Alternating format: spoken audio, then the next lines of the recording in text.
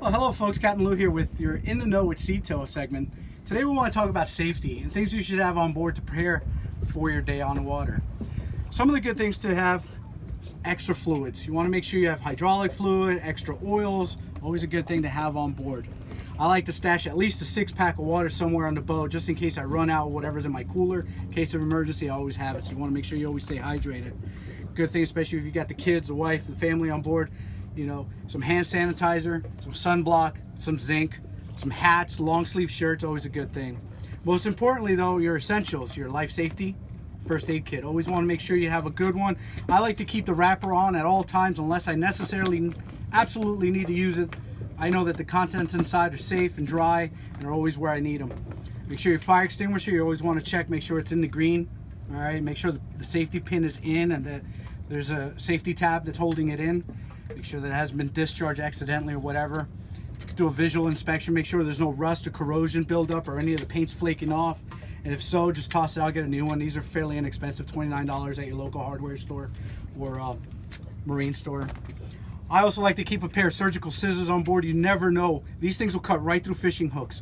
So if you get somebody that gets a fishing hook in their hand or, you know, God forbid, their face or whatever, you can cut them off with these. These are pretty good. They'll cut right through pennies. So it's always a good idea to have surgical scissors on board. A very good, expensive. I would not go skimping out on a good flashlight, only because when you need it, you want to make sure it works. And batteries are going to stay intact. I like to check them periodically, make sure that the batteries are in good working order. So that's a good thing. And also, most importantly, your flare kit. You want to make sure you have either the self-hand propelled long ones or a handheld shot one. You want to check the expiration date. This won't be expiring August of next year. Always check the expiration date on your flare gun. Make sure you know how to use it. You load one, pull the trigger, point it away from anybody, straight up into the air. Get as much vertical distance as you possibly can so that it shines away. Second thing is you want to have multiple whistles stashed throughout your boat. I have one inside my flare kit. I have one inside my grab bag. I keep one inside my life vest. This is another important piece of equipment to have. If you're solo boating, folks, I always recommend to have it on. You never know when you get tossed off your boat and then your boat continues going. You need to know where that emergency kill switch is on at all times. And just, it's good practice. I know it's inconvenient sometimes in the heat and whatnot, but folks, the more you get used to wearing it, it becomes second nature. You don't even realize it's there anymore. It's just a good habit to get into. All right. And also, I like to double check our registration every once in a while, pull it out of its box and make sure that our registration's up to date. So just some essentials to have on board.